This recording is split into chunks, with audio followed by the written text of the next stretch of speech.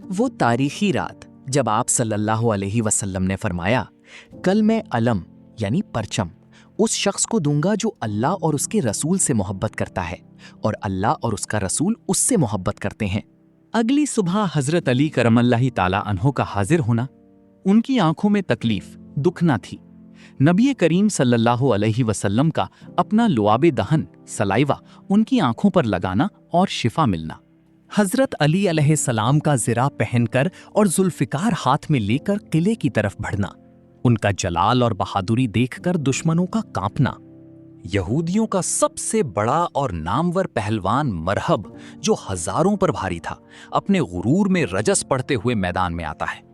دونوں کے درمیان مقابلہ، مرہب کا وار اور حضرت علی علیہ السلام کا وہ تاریخی وار جس نے مرہب کے خود یعنی ہیلمٹ اور سر کو چیرتے ہوئے اسے 2 حصوں میں کاٹ دیا۔ حق کی فتح قریب تھی۔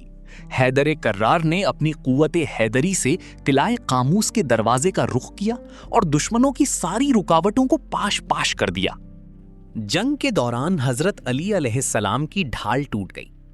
آپ نے اپنی قوت حیدری سے قلعے کا بھاری بھرکم دروازہ اکھاڑ دیا اور اسے ڈھال کے طور پر استعمال کیا۔